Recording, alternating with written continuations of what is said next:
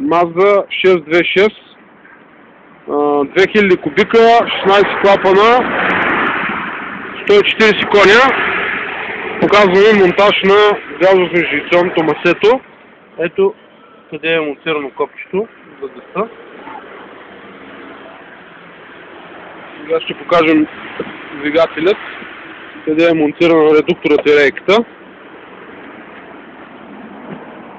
Ето къде е монтирана редукторът, масето и рейката реал.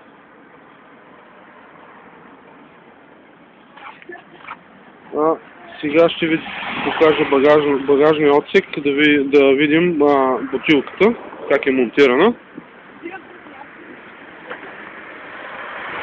Ето бутилката, 25 литрова тумба, монтирана в десния край на багажника и по този начин багажникът остава максимално празен.